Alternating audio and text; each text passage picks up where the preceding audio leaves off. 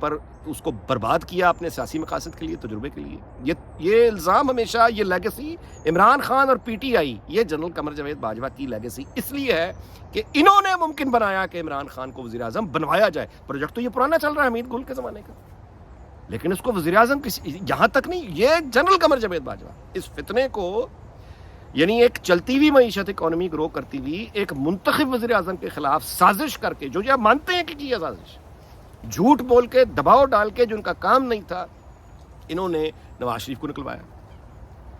انہوں نے شاہد خاقان عباسی کے زمانے میں بھی گورنمنٹ کا چلنا مشکل کر دیا. انہوں نے اوپن حملے کیے پی ایم ایل این پر, نواز شریف پر, اور اس کے بعد 2018 کے الیکشن میں انہوں نے مطلب ہے پورا زور لگا لیا کہ نواز شریف کو روکا جائے, نہ آئے واپس, نہ آئے مریم, مطلب ہر طرح سے ڈرایا, یہ کر دیں گے, وہ کر دیں گے, یہ کر دیں گے, لالچ دی ہے. لیکن نواز شریف اور مریم نواز اس قمر جاوید باجوہ کی دھمکیوں کے باوجود یہ باپ بیٹی یہاں سے چلے اور لاہور جا کے اتر گئے.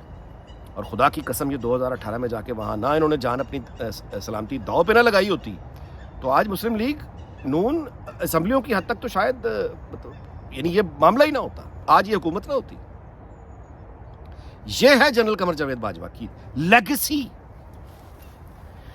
جنرل قمر جاویدوان ایک ایسا بھوت اپنے اوپر سوار کروایا, ہر چیز کو ملیا میٹ کر کے. میں نے آپ سے گزارش کی, سپریم کورٹ کی ایسی کی تیسی کر دی, حکومت کی ایسی کی تیسی کر دی, ایک جنگلیوں کو ٹولہ لا کے حکومت میں بٹھا دیا, اور ون پیج کرتے کرتے قوم کو جھوٹے مارتے رہے.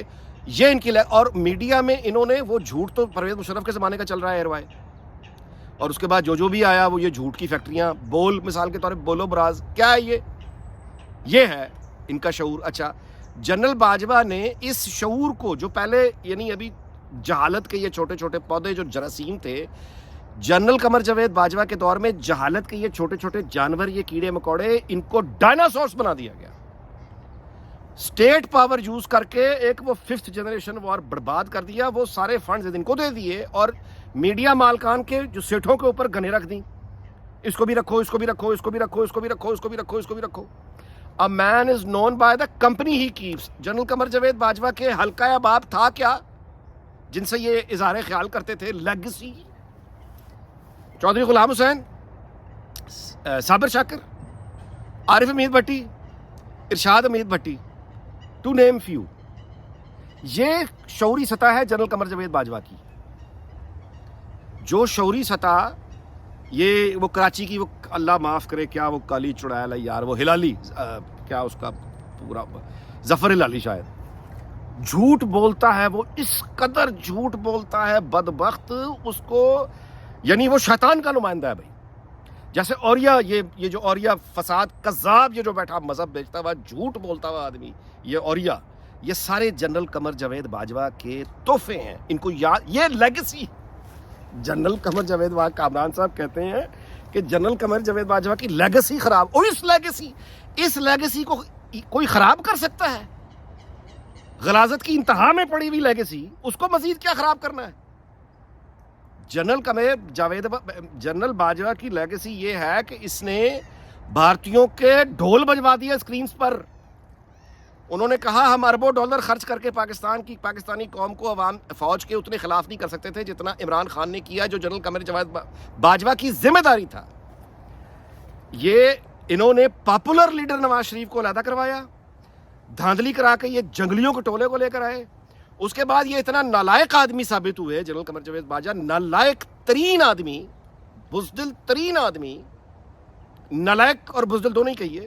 کمانڈ گرفت کا اس کا یہ حال ہے, اس کا اپنے ادارے پہ جو کنٹرول ہے اس کا حال یہ ہے کہ عمران خان کو نکال کے پورا امپلوژن ہو گیا, ڈسپلن پورا کا پورا اوپر نیچے ہو گیا. جنرل باجوہ کو کچھ نہیں کر سکے. عمران خان نے اور اس کے لوگوں نے, اعظم سواتی نے, ان لوگوں نے پاکستان کے بازاروں, چوراہوں, ہر ٹی وی چینل پر بیٹھ کر فوج پر جھوٹے الزام لگائے, جھوٹے بہتان لگائے, قتل کا الزام لگایا. ارشد شریف کے قتل کا الزام عمران خان کھلے عام ان پر لگا رہا ہے. آئی ایس آئی کے وہ افسروں کا نام لے کر ان کو دھمکیاں دے رہا ہے, چیف الیکشن کمشنر کو ذلیل کر رہا ہے. یہ سارے تماشے جنرل قمر جاوید باجوہ کی, یہ ہے لیگیسی, جنرل باجوہ کی لیگیسی. ان کے رشتہ دار الحمدللہ چلے جائیں ڈی ایچ اے لاہور میں, ان کے سمدھی صاحب, کوئی بڑی file D H A Lahore والے سے پوچھے تو صحیح جا کے. لیگیسی وہ ڈی ایچ اے لاہور میں کوئی بڑا کاروبار، کوئی زمین کی فائل ادھر سے ادھر نہیں ہو سکتی جب تک ان کے سمدی صاحب کی بلیسنگ نہ ہو، کیونکہ ان کا مقابلہ ملک ریاض سے ہے کہ انہوں نے ملک ریاض سے زیادہ امیر بننا ہے. کیوں امیر بننا ہے؟ وہ اتنی بڑی عالم اسلام کی واحد ایٹمی فوج کا سپہ سالار اپنا سمدھی ہو تو ملک ریاض سے بڑے ہم سرمایہ دار کیوں نہ بنے. یہ ہے جنرل باجوہ کی لیگیسی. تو ماں سوائے یہ اب ظاہر ہے کہ جا رہے ہیں. جھوٹ فریب کا ایک دور تھا. لوگوں کے 2 چہرے ہوتے ہیں. قمر جاوید باجوہ نے بتایا کہ لوگوں کے 12 چہرے ہوتے ہیں. جس وقت یہ اسلام آباد میں لوگوں کو مل کر یہ بتاتے تھے کہ میں ریٹائرمنٹ کی طرف جا رہا ہوں، میں بیٹے نے بڑا ناراض ہے مجھ سے بیٹا کہ میں نے ایکسٹینشن لے لی.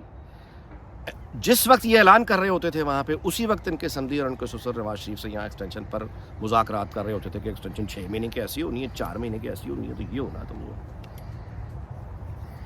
12 چہرے کیسے ہوتے ہیں ایک ہی وقت میں. یہ جنرل قمر جاوید باجوہ کی لیگیسی. انہوں نے امپلوژن کروایا. انہوں نے فوج کا وقار خاک میں ملا کے رکھ دیا. جنگلیوں کو سپورٹ کیا، جاہلوں کو سپورٹ کیا، بندروں کو سپورٹ کیا، مداریوں کو دانشور بنایا، ان کو لا کے سکرینوں پہ بٹھا دیا. یہ جو آپ دیکھ رہے ہیں جھوٹ اور سچ کی، جھوٹ جیت گیا سچ ہار گیا، یہ جنرل قمر جاوید باجوہ کی لیگیسی. اور پھر آپ قدرت کا دیکھیے پھر یعنی انجام پھر کیا ہوتا ہے کہ وہ جو قافلہ کھڑا کیا تھا، ایک ریاست کے مسائل کو خاندان کے خلاف کر دیا. شریف خاندان کے خلاف پوری ریاست کھڑی کر دی، جن کو ناجائز نکلوایا ہے. پہلے ان کو ناجائز نکلوایا، اکانومی کا بیڑا غرق کیا، سماج کے مورل فیبرک کو تباہ و برباد کر کے جنگلیوں کو لے کر آئے، اور اس کے بعد ریاست کے مسائل اس شریف خاندان کے خلاف استعمال کر پروپیگنڈا پہ لگا دیے. لیکن اللہ کی قدرت آپ دیکھیں، وہی جنگلیوں اور وحشیوں بھیڑیوں کا ٹولہ اپنے سارے دانت اور ناخن نکال کے پچھلے 6 مہینوں سے وہ جنرل قمر جاوید باجوہ کے ساتھ وہ کر رہا ہے کہ نواز شریف کے ساتھ کیا ہوئی ہوگی. کیا بھوکے ہوں گے جو لوگ جو انہی بھیڑیوں کتوں کے غول نے پھر جنرل قمر جاوید باجوہ پہ یہ بھوکے، پھر یہ اس ادارے پر بھوکے جس نے ان کو دودھ پلایا تھا، جن کی وجہ سے یہ لوگ ارب پتی کروڑ پتی بنے. اس ادارے کے لوگوں کو انہی کتوں نے ماتھے پہ غدار غدار غدار لکھ کے اس کو وائرل کرا دیا. جنرل باجوہ کی لیگیسی. کامران خان صاحب کو خدا کا خوف کریں آپ، ایسے آدمی کی لیگیسی پر بات کر رہے ہیں آپ. لیکن کیا کریں، کامران خان خود بھی تو اب ظاہر ہے اب وہ اس کلاس میں ہے نا جہاں ان کی اپنی لیگیسی بھی. اب اصل میں بات یہ ہے جی کہ پیسہ، میں ویلوگ اس وقت ختم کر رہا ہوں. پیسہ ایک ایسی چیز ہے جو جھوٹ فریب سے جب ایک کمایا جائے دھوکے دے کر، تو پھر ایک $1 بلین ارب پتیوں کا کلب بنتا ہے. Once you are in to that $1 billion, وہ جو بلین روپیز وہ جو کلب ہوتا ہے امریکہ میں ڈالر یہاں پاؤنڈ، اس کے بعد وہ ایک کلین ہی ڈفرینٹ ہو جاتا ہے. تو Kamran Khan belongs to that clan. ان کے نزدیک اب قومی مفاد وہی ہے جو ان کی جیب کا مفاد ہے، اکاؤنٹ کا مفاد ہے، وہی قومی مفاد ہے. اچھا جی، اس بات پہ ویلاگ ختم کرتے ہیں کہ اللہ تعالیٰ ہمارے حالوں پر رحم کرے اور آنے والے چیف جو بھی ہوں وہ ایک اچھی خبر بن کے آئیں. سیریل المیڈا نے کل بہت اچھا ٹویٹ کیا تھا کہ جتنی نفرت، وہ فلڈ گیٹس جنرل باجوہ کے خلاف اب کھلیں گے. یہ فارمل ریٹائرمنٹ کے بعد ایک طوفان آئے گا. جو لوگ چپ کر کے بیٹھے ہیں وہاں پاکستان میں ظاہر ہے ڈر کے، وہ بات کریں گے، بیان کریں گے، اور نئے آرمی چیف کو بہت عظیم ظرف کا مظاہرہ کر کے اس کو نفرت کا یہ دریا جو ہے اسے بہنے دینا چاہیے. اس کو روک، ورنہ فساد ہوگا. کس کو گرفتار کریں گے؟ باجوہ صاحب نے تو ماشاءاللہ آدھی سے زیادہ قوم، 70% قوم کو تو خلاف کر دیا ہے. اب 70% کو کیسے آپ کیا کریں گے؟ 4-6 مہینے لگیں گے، انشاءاللہ تعالیٰ چیزیں ٹھیک ہو جائیں گی. آنے والے چیف صاحب جو ہیں، ہماری ساری کی ساری دعا ہے کہ اللہ تعالیٰ ان کو ان کی ایک لیگیسی بنے، وحید کاکڑ والی ایک ہماری، جس پر ہم فخر کریں. یعنی وہ اپنے سب سے بڑا چیلنج نئے آرمی چیف کے لیے کیا ہے؟ اس نے فوج کا وقار جو نیچے گرا اس کو اپلفٹ کرنا ہے. فوج کا مرال ہی اوپر نہیں کرنا، قوم کا مرال بھی اوپر کرنا. اور قوم کا مرال کیسے اوپر ہوگا؟ جب قوم کو یہ معلوم ہوگا کہ آرمی چیف اپنا کام کر رہا ہے، فوجی اپنا کام کر رہے ہیں، سیاست نہیں کر رہا. سکون. اس کے بعد پھر انشاءاللہ ساری ہم خوشحالی کی امید بھی لگا سکتے ہیں. تو بہت بہت بہت دعائیں ہم سب کی کہ اللہ تعالیٰ ہمیں ایک یعنی میاں نواز شریف صاحب جو ہیں وہ ایک اچھا انتخاب کریں، ایک اچھے جنرل صاحب آئیں، اور اچھی امیدوں کے ساتھ نفرتوں کو دفن کر کے ہمیں ہاتھ میں ہاتھ ڈال کے آگے بڑھنا ہے، اور یہ نفرتوں کے طوفان کو روکنا ہے. گالم گلوچ جنگلیوں کو قابو میں لانا ہے. ان وحشیوں کو یعنی قانون کی حکمرانی ہوگی. اور اس کے بعد ہم خواب دیکھ سکتے ہیں ترقی کے سفر کا. ویلاگ لمبا ہو گیا, I'm really sorry. اگلے ویلاگ میں ملاقات ہوگی. اپنا بہت خیال رکھیے گا. اللہ تعالیٰ پاکستان کو, اس کے سارے ہمسایوں کو, دنیا بھر کو شاد اور آباد رکھے. اللہ حافظ.